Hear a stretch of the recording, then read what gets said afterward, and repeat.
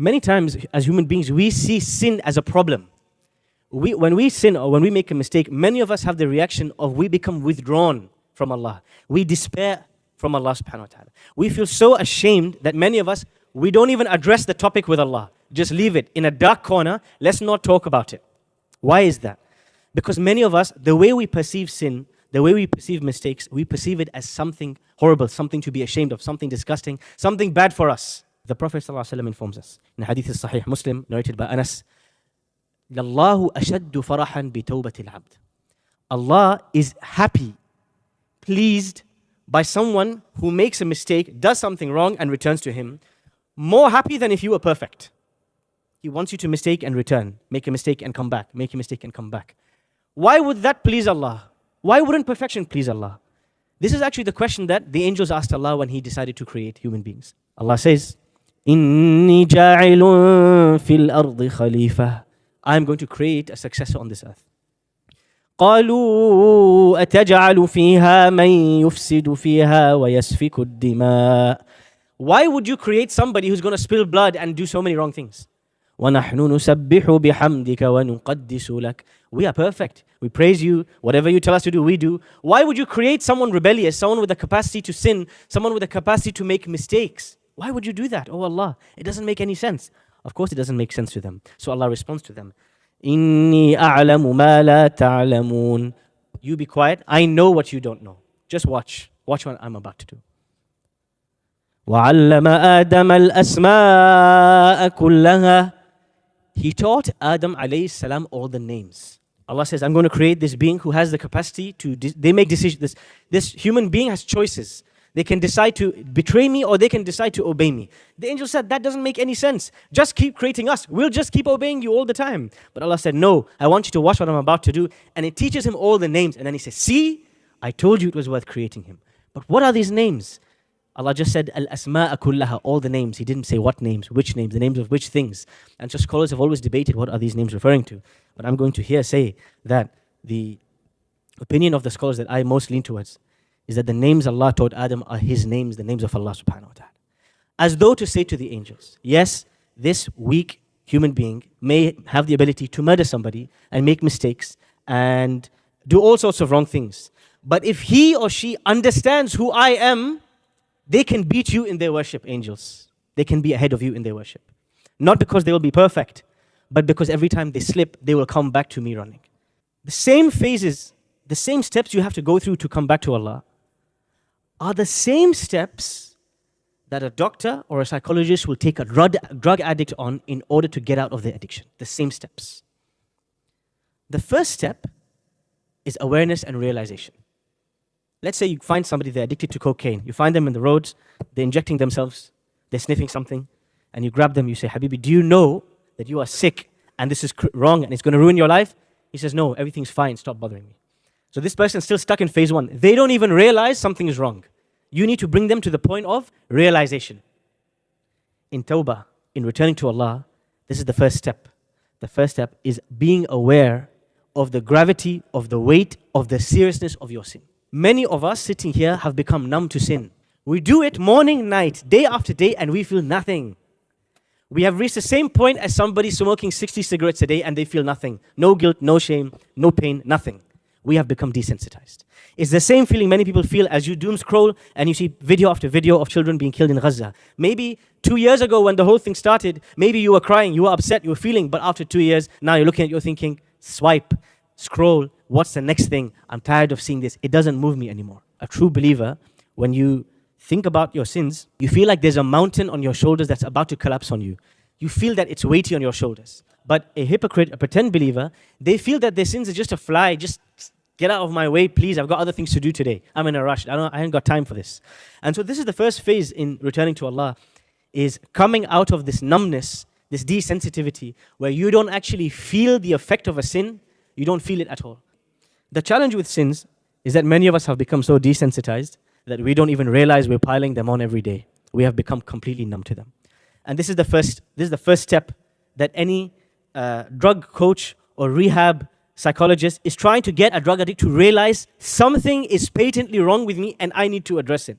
And it's the same thing with you and me. How do you get to the point where you realize something is seriously wrong, and if I don't address these sins, they're going to consume me? Is we have to realize that sins, they have an effect on us, a real effect on us. The Prophet ﷺ says, he says, كُلَّمَا أَذْنَبَ الْعَبْدُ ذَنْبًا. Every time somebody makes a mistake or has a sin, نُكِتَتْ عَلَى قَلْبِهِ نُكْتَةٌ سَوْدَاء. A black dot is placed on their heart. This continues until the heart is completely covered. It's rusted. I want you to think about a bicycle that you've left out in the rain and the gears are completely rusted. Can you ride the bicycle? It doesn't operate. It doesn't move. It's out of operation. It's past maintenance. You need a new bicycle. It's gone. There's the same thing with the heart. When you continue to sin, you don't feel the pain of the sin anymore. And it accumulates and accumulates. You get to a point, Allah describes in the Quran, as the sealing of the heart. The heart is so rusted, it is so covered, that it is now lifeless, meaning you don't feel salah, you don't feel reminders, you skip your salahs, you hurt others, insult others, attack others, you cross boundaries and you feel nothing. Congratulations, you've reached a point of no return, which is the point in which the heart has been sealed and it needs some serious action. It needs CPR. It needs to be jolted back to life. It needs serious action because this is not something small. The death of the heart is the real death. The soul is the real essence of the human being. And if the soul dies, the heart dies, that's it, it's game over for you and me. Everything then goes away with it. You become so numb to whatever you're involved in that you just continue going day in and day out. And so this is the first thing, is realization. After realization, there's a second phase, which is the phase of guilt and shame and regret and remorse. Once you realize there's something wrong, the things I've been doing, whether it's with my tongue or with my eyes or with my ears or with my hands, or the way I've treated others, there has to be a feeling of guilt in your heart for your heart to be alive. You know, when somebody is dying or somebody is unconscious, the doctor comes and checks their pulse. They put 2 fingers on their wrist to check, is this person still alive? If you want to check the pulse of your spiritual heart, you just have to check one thing. When I do something wrong, do I feel any guilt? If I don't feel any guilt, that means it needs some serious action, serious intervention, not small thing is not going to work. I need to visit the graveyard. I need to go to the hospital. I need to go and see people who are seriously ill, people who are dying, people who are struggling. I need someone to slap me back into reality because something's seriously wrong with me. And so the second phase is regret and remorse and guilt. The Prophet ﷺ, when he describes this, he says, "An-nadamu tawbah, wa tawbatu nadam." The essence of returning to Allah is feeling that guilty sensation when something goes wrong. The third phase is making an action plan. So somebody who's an addict, somebody who's got a serious issue, after they've realized, after they feel guilty, and after they sat down, they need a solution. Now, the doctor says to them, look, now we need to make a 60-day plan, a 30-day plan. How are you going to slowly but surely get yourself off this thing that you keep needing to consume? You need an action plan. You need to make a firm decision, I'm never going to return to this. Once you've committed, now we can start recovering. And so same way, the third step in repentance or returning to Allah is making a commitment. Making a commitment, I'm never ever going back to the sin that I've made. For you to commit to it, you got to realize something was wrong in the first place. And then there's another fourth step, which is if I wronged a person, I need to return their rights. If I scammed somebody, if I took their rights, I need to apologize. If I backbited somebody, I need to make dua for them in their absence. I need to go and repair what I've broken. And so, if I were to summarize the steps of returning to Allah, it's 4 steps. The first step is regret. The second step is resolve. The third step is redeem. And the fourth step is repair. Regret, resolve, redeem, repair. Regret the action. Make a decision, a firm decision not to return to it. Resolve. You need some resolve. If you've wronged somebody, you've got to redeem yourself. And number 4, there's a constant repair that you need to do to repair what was lost in the heart. You see, the devil's goal is not that you commit a sin. No, he's much more strategic. He thinks in 100-year horizons, not in 10-minute horizons. He's much more long-term than you and I. The devil's goal, how can I drag these guys to a point in which they have no clothes on and they are completely exposed? They have reached a level where they are to the level of animals. That's where I want to take them. I want them to forget their humanity. I want them to lose the dignity of a human being. It's not even about kufr, it's something deeper, something more disgusting, something more depriving than that. I want human beings to get to a point where they feel nudity is normal, where they feel having no clothes on is normal. That's my end goal, the devil says. It's not just about a fruit. The fruit is the beginning. But if I can get you to a point where you are shameless, you've lost consciousness of Allah, and you've lost all sense of decency, that's where I want you. Now I have you. That is the end goal of the devil. And you see, this is why Abdullah ibn Mas'ud says, الذنب يجري الذنب ثم يجري الذنب. Sins are a series of dominoes. Nobody wakes up one day deciding that I'm a righteous person, today I'm going to commit zina, guys. Nobody ever does that. It all starts with a direct message and becoming comfortable and becoming desensitized. And the next thing you know, there's more and more and more. And the bar keeps moving and the line keeps moving until the day where you wake up. And the impulse to be intimate with somebody who you're not married to feels completely normal. And here, this is where he wants you to be. And so this is the thing about the story of Adam alayhi salam. You see, the devil always thinks long-term. The devil is strategic. But us, as Muslims, unfortunately, we're always stuck in the short-term tactical trap. The devil works very slowly to bring you to a point where you feel you justified the sin before you do it. Ibn al-Qayyim, when he talks about repentance, he says, there is a secret in returning to Allah that most people don't know. And he says this is as-sirrul a'zam, the greatest secret. And this secret is that Allah, when you commit a sin, Allah is teaching you about Himself and His names and His attributes by you constantly committing sins and constantly returning to Him. Think how? The first thing, when you commit a sin, oftentimes nobody's seen you except you. And Allah has covered you. So you remember Allah's name, as-sattar. Allah is the one who doesn't expose you, He covers you. Number two, when you commit a sin, Allah could send a lightning bolt from the sky and finish you off straight away. He has all the right. But He delays your punishment until the day of judgment. This is Allah's tolerance, al-halim. When you commit a sin, one of the greatest benefits of sinning is that it reminds you that you are fallible and you are human and you're not perfect, and it humbles you down and it brings you to the point of sujood.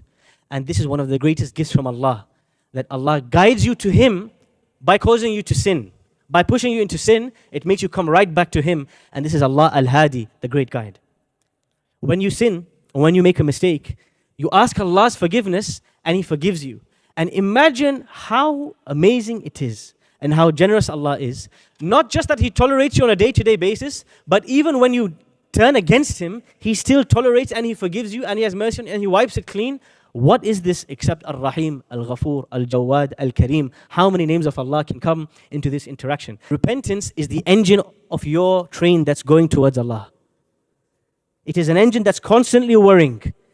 You fall and you get back up. You fall and you get better. You fall and you get better until one day you realize you have grown so strong because you have so many wounds and you have torn so many muscles and you have fought off so many diseases, you are invincible now. And this is really where repentance is taking you to. Repentance, making mistakes, committing crimes, is not taking you far from Allah. If you bounce back, it is the greatest way to the closest of Allah and knowing Him and understanding Him. And this is the secret about returning to Allah that most people don't know. You see, many of us, when we make mistakes, we think very lowly of ourselves. We feel broken to the extent that we continue sinning and continue this negative cycle. But the most important thing is to realize this. Sinning and returning to Allah is the greatest growth engine of closeness to Him. It is the secret of the awliya. The awliya are not close to Allah because they're perfect. They are the closest people to Allah because they are the quickest to bounce back to Him. No matter how much you've done and how perfect you are and how great you are and how much dhikr you've done and how much ibadah you've done, you still have not done enough. And this is why Abdul Rahman ibn Sakhr ad-Dusi. Who is he? Abdul Rahman ibn Sakhr ad-Dusi. Who is this man? Abu Hurairah radiallahu anhu. That's his real name, not his nickname, his pen name. His kunya is Abu Hurairah. His name is Abdul Rahman ibn Sakhr ad-Dusi. He used to ask Allah's forgiveness 12,000 times a day. Because he used to say, if the Prophet ﷺ asked 100 times, I need to multiply to the power of 10 because that's my level of sins compared to him. Now, I'm not saying that this is possible for you and I. Many of us still haven't done 5 times a day, let alone 10, let alone 12,000. But what is the key thing? One of the most important parts of Tawbah and why it is a constant state you have to keep returning to every day of your life is because you can never feel comfortable with what you have done. If you have felt comfortable, you're finished. Let me give another example. Ibrahim alayhi salam, father of the prophets, right? Great messenger of Allah. He built the Kaaba. He finished building the Kaaba. رَبِّ جَنُبْنِي وَبَنِيَّ أَن نَعْبُدَ الْأَصْنَامِ. Oh Allah, protect me and my children from worshipping idols. 1 second. The father of monotheism, of Tawheed, is saying, Allah, protect me from worshipping idols. Why? Me and my children. Allah already said, you and your children are going to be prophets, don't worry. Why is he still saying, oh Allah, protect me from idol worship? He's worried that there's no guarantee for him tomorrow. He's in a constant state of alertness. I don't know when the rug will be pulled from under me. I don't know what shortcoming I have, what mistake I have. I can never feel safe. I can never feel like I've done everything and everything is going to be fine. رَبَّنَا تَقَبَّلْ مِنَّا إِنَّكَ أَنْتَ السَّمِيعُ الْعَلِيمُ. Oh Allah, accept my deeds. You are the hearing, the knowing. Is Ibrahim alayhi salam need to worry about his deeds being accepted? Yes, he needs to be worried, because if you're not worried, you're in trouble. Repentance and returning to Allah is not optional, it is obligatory. Many people don't realize this. They think it's a nice thing to do, a nice thing to ask Allah's forgiveness. Every sin you have ever committed and I have ever committed, it is obligatory to ask Allah's forgiveness. And delaying it is another sin. If you and I have delayed our repentance, then we have committed 2 sins. The first, we didn't repent. The second is that we delayed. And the person who delayed his repentance until the end of his life was somebody who repented too late, was Fir'aun. As the angels, as he is drowning in the sea, and the angels are shoving water into his mouth, he says, قَالَ آمَنْتُ بِالَّذِي آمَنَتْ بِهِ بَنُو إِسْرَائِيلِ. I repent to Allah, I return to him, and I believe in him. And Allah responds, الْآنَ وَقَدْ عَصَيْتَ مِنْ قَبْلِ. Now? الْآنَ. You might wonder, why is there such a long stretch of this alif? It's because he took such a long time to return to Allah. Return to Allah now, today, because tomorrow is not guaranteed. Returning to Allah is not a one-off deed, but is a constant growth engine every day. Just like someone who wants to grow their muscles has to tear them. Just like an athlete has to feel the pain. Just like your immune system needs to feel disease to get stronger, you need to sin and get back up and strengthen yourself to come close to Allah.